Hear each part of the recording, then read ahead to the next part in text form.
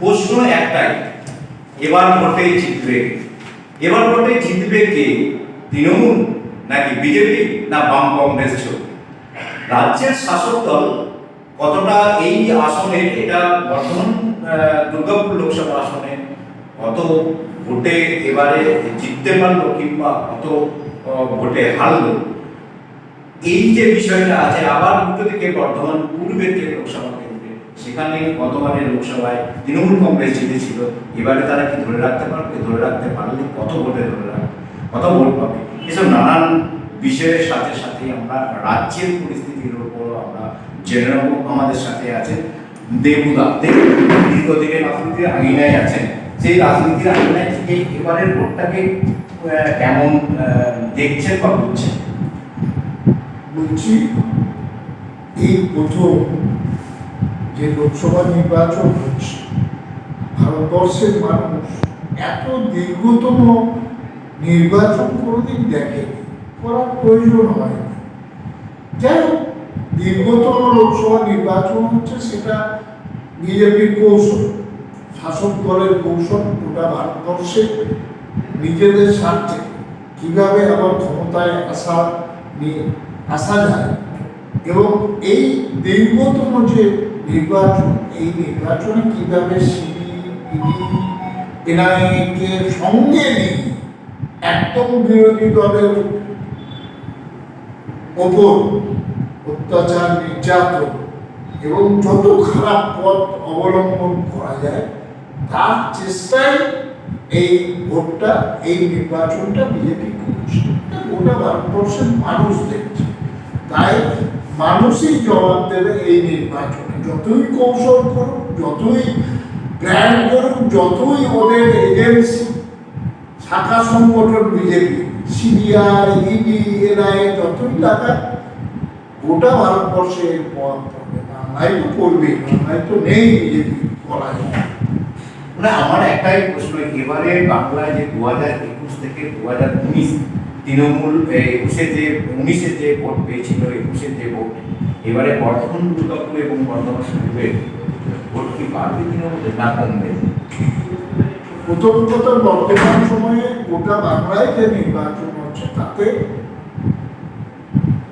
বিরোধী দল নেই বললেই চলে। বিজেপি, সিপিএম, কংগ্রেস তো উঠেই গেছে, ওদের প্রতিচ্ছা আর কিছু নেই, আর বাঙালি ঝান্ডা ছাড়া।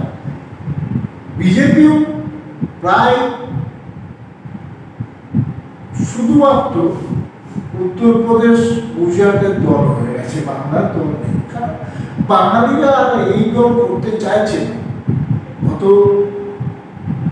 লোকসভা নির্বাচনে কিছুটা হলেও বিজেপি ওই বামের লোকেরা রাম হয়ে গেছিল, এখন ওই বামের লোক আবার রামে যারা ছিল তারা আবার বামে ফিরছে, এবং ওদের সেই কর্মী নেই, সেই মানুষ নেই বিজেপির সঙ্গে, যার ফলে একদম ভোটটা এক পেশে হচ্ছে। ভালো লাগছে না। এরকম নির্বাচন বিরোধী না থাকলে কি নির্বাচন ভালো লাগে? মানুষের ভালো। দেখো, আরেকটা প্রশ্ন এর সাথে একটা জুড়ে দিই, যেটা হচ্ছে রাজ্যের সন্দেশখালী থেকে সবাই থেকে প্রশ্নটা করছে, সন্দেশখালী, দুর্নীতি এবং পাশাপাশি দুটোকে যদি পাশাপাশি রাখি, উন্নয়ন একবারে আপনারা বলেন যে বিভিন্ন প্রকল্প এবং একবারে হচ্ছে দুর্নীতি, উন্নয়ন, এই দুটোকে সমান তাদের মানুষ হচ্ছে গ্রহণ করছে না করছে? দেখুন, 2011 সালে ক্ষমতায় আসার পর আমাদের বাংলায় প্রথম যেটা মমতা ব্যানার্জি, আমাদের মুখ্যমন্ত্রী, আমাদের নেত্রী করেছেন, মানুষকে তার গণতান্ত্রিক অধিকার ফিরিয়ে দিয়েছে। সরকারটা একদম তার দুয়ারে পৌঁছে দিয়েছে, প্রত্যেক মানুষের দুয়ারে পৌঁছে গেছে, মানুষকে সরকারের কাছে আসতে হচ্ছে না। এই যে গণতান্ত্রিক অধিকার, কাউকে অফিসে যেতে হচ্ছে না, পঞ্চায়েতে যেতে হচ্ছে না, পঞ্চায়েত সমিতিতে যেতে হচ্ছে না, বিডিও অফিসে যেতে হচ্ছে না, জেলা শাসকের দপ্তরে যেতে হচ্ছে না, একদম মানুষের কাছে সরকারটা পৌঁছে যাচ্ছে। এবং যে সুবিধা মানুষ ভাবতে পারত না। দেখুন, বিজেপি চক্রান্ত করে 100 দিনের কাজের টাকা বাংলার মানুষের টাকা আটকে দিয়েছে। বিজেপি চক্রান্ত করে 100 দিনের কাজ বন্ধ করে দিল বাংলায়। কিন্তু 100 দিনের কাজ নিয়েও তো বলছে দুর্নীতি হয়েছে। দুর্নীতি হয়েছে, কিছু মানুষ তো কাজ পেত, সে দুর্নীতি হলে কেস হবে, দুর্নীতি হলে তৃণমূলের প্রধানরা জেল খাটবে। কেন এখনো কেস করা গেল না? কেন এখনো বিজেপির সরকার, বর্বর সরকার একটা প্রধানকেও জেলে পাঠাতে পারলো?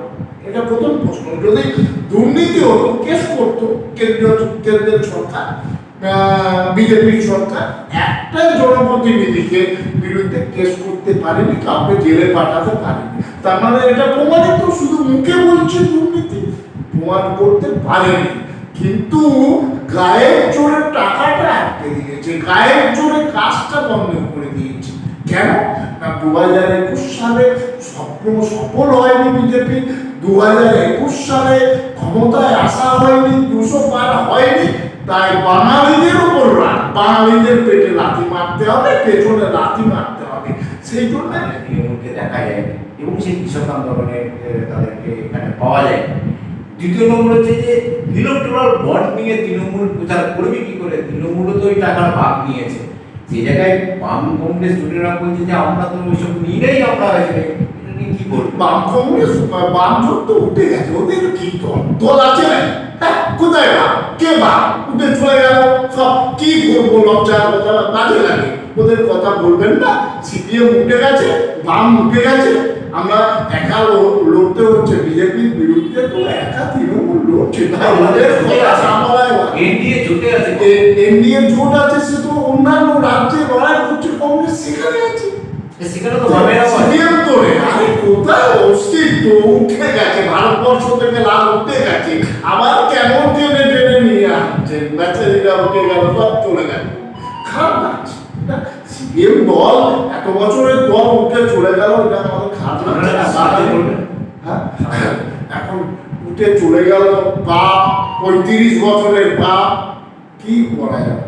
এত পাপ করেছে, মানুষকে অত্যাচার করেছে, কিছুই করেনি মানুষের জন্য, বাংলার জন্য কিছুই করেনি। রাস্তাঘাট ছিল না, কোনো স্বাস্থ্য ব্যবস্থা ছিল না, শিক্ষা ছিল না। আজকে এই মাত্র 12 বছরের মধ্যে এত পরিবর্তন, শুধু মমতা ব্যানার্জির জন্য, তৃণমূল কংগ্রেসের জন্য। আরেকটা প্রশ্ন দেখুন, যে ইলেকট্রাল বন্ড নিয়ে যেটাকে আমি একটু আগেই ঘোষণা করছিলাম, ইলেকট্রাল বন্ড নিয়ে যেভাবে দুর্নীতির কথা উঠে আসছে, সেটা কি প্রচারে তৃণমূল কংগ্রেস নিয়ে আসছে, নাকি তৃণমূল কংগ্রেস ও বন্ড নিয়ে ওটাকে আর সামনে আসছে? দেখুন, ভারতবর্ষে দুর্নীতিগ্রস্ত একটাই দল বিজেপি, ভারতীয় জনতা পার্টি। তারা গায়ের জোরে দুর্নীতি করছে, জোর করে টাকা আদায় করছে, আপনার নোটবন্দি করে টাকা লুট করেছে। সব ব্যবসারা, চোর যারা, যারা টাকা ঋণ নিয়েছিল তাদেরকে বিদেশে পাঠিয়ে দিয়েছিল। ওই তো নীরব মোদী বলছে 30% টাকা আমি ওই বিজেপি নেতাদের ঘুষ দিয়েছি, ও চলে গেছে। সব নেতাদের পাঠিয়ে দিয়েছে, আর তারা বিজেপিকে টাকা দিয়ে চলে গেছে। তাই বিজেপির কথা না বলায় বলে, দুর্নীতিগ্রস্ত ভারতবর্ষের 1 নম্বর দল হচ্ছে বিজেপি। আরেকটা প্রশ্ন দেবুদা, যে ইভিএম মেশিন নিয়ে সোশ্যাল মিডিয়ায় নানান প্রশ্ন উঠছেন, নানান মানুষ প্রশ্ন উঠছেন, সেই জায়গায় দাঁড়িয়ে ইভিএম নিয়ে তৃণমূল কংগ্রেসের দৃষ্টিভঙ্গি কি? দেখুন, আমরাই প্রথম থেকে বলেছি, আমাদের নেত্রী প্রথম থেকে বলেছে যে ইভিএম এর বিভিন্ন সময়ে এরা যে কারচুপি, এদের যে টেকনিক্যাল বিষয়, এটা আমাদের দল নজরে রেখেছে। এবং মমতা ব্যানার্জি বারবার বলেছেন নির্বাচন কমিশনকে কিছু বিষয় সুনিশ্চিত করার জন্য এটা দল করছে। দিলীপ ঘোষ যে ধরনের কথা বলছে, আজকেও একটা কথা বলেছে যে খেলা হবে, এই ধরনের যে মন্তব্য করছে, সেই মন্তব্য নিয়ে কি বলবেন? আসলে দিলীপ ঘোষের সম্বন্ধে না বলায় ভালো। করুণা হচ্ছে, বেচারি বাংলায় বিজেপিকে প্রতিষ্ঠা করেছে। সাংসদ একটা ছিল, সেটা 18টা করেছিল। বিধায়ক 3টে ছিল, সেটা ওনার নেতৃত্বে 57টা হয়েছে। হ্যাঁ, নিশ্চয়ই। সেই জন্যে ওই খুব করুণা হচ্ছে যে ওই মতো লোককে, দিলীপ ঘোষকে নিজের মাটি থেকে, নিজের জমি থেকে, মেদিনীপুর থেকে উৎখাত করলো একজন বেঈমান বিশ্বাসঘাতক চক্রকারী চক্রীদার তাকে এসে এই বর্তমানে নিয়ে হলো, ভীষণ কান্না পাচ্ছে তার জন্য, করুণা হচ্ছে যে দিলীপ বাবুর মতো লোককে আজকে পথে পথে করতে হচ্ছে। বিজেপি থেকে প্রায় শেষ করে দিল, ওর মা কাঁদছে যে আমার ছেলেকে অত্যাচার করেছে বিজেপি। খুব খারাপ লাগছে দিলীপ ঘোষের জন্য করুণা হচ্ছে যে এইরকম নেতাকে একজন অসভ্য বর্বর মানুষ চক্রান্ত করে তাকে দলের মধ্যে এভাবে নির্যাতন চালাচ্ছে। এটা সাধারণ মানুষ হিসেবে আমরা প্রতিবাদ করছি, দিলীপ বাবুর সঙ্গে আছি আমরা সাধারণ মানুষ, যে এরকম এত যিনি দলের জন্য এত কিছু করলেন, এক শ্রেণীর বেঈমান, এক বেঈমান তাকে সেখান থেকে নিজের মাটি থেকে উৎখাত করে এই বর্তমানে তাড়িয়ে দিয়েছে। এটা কম বড় যন্ত্রণা, ভালো করে সেই যন্ত্রণা সেই আরে নিজের ঘর, নিজের মাটি, নিজের জমি থেকে তাড়িয়ে দিই, কোন যন্ত্রণা হবে তার বলুন তো? সেই যন্ত্রণাই উনি বলছেন, ওই জামাইয়ের যন্ত্রণা। দিলীপ বাবু বলছে আমি জিতবো, জেতাটা পরে, কিন্তু এটা কত বড় অপমান বলুন তো? নিজের জমি থেকে, নিজের ভূমি থেকে, নিজের ভিটে থেকে আর ওকে তাড়িয়ে দিল। এটা আমি মানুষ হিসেবে ভীষণ ব্যথিত দিলীপ ঘোষের জন্য, খুব চোখে জল চলে আসছে, এটা বলা উচিত নয়, খুব ব্যথিত। দুটো আসন জেলায় জিতলেন, বিজেপি নেই, না থাকলে কি করবো? ভোটের পরে কি বলবেন? আমরা ইচ্ছা করলেও হারতে পারবো না, এমন ব্যাপার। বিজেপি দলটা উঠে গেছে, সিপিএম তো নেই, আবার ইচ্ছে করলেও তো হারতে পারবো না। হাতছাড়া হয়ে যায় তখন কি করবে? আরে দলই নেই, কোথায় কে ভোট দেবে, কাকে ভোট দেবে, দুটো কাকে ভোট দেবে? কত আসন, কত ভোটে জিতলেন? মানে কি বলবো, মানুষ আমাদের সঙ্গে আছে, গরিব খেটে খাওয়া মানুষ আমাদের সঙ্গে আছে, মমতা ব্যানার্জির সঙ্গে আছে। তাই কে প্রার্থী, কে হলো বিজেপি, কে সিপিএম, কে, এসব কোনো বিষয় না। আমাদের কাছে মমতা ব্যানার্জি আছে, তাই যারা আছে তাদেরকে বলবো ভালো থাকুন, সুস্থ থাকুন, আগামী দিনেও বাংলার পাশে থাকুন। আপনি যে পার্টি করুন, আমি বাংলার পাশে থাকার আহ্বান জানাচ্ছি।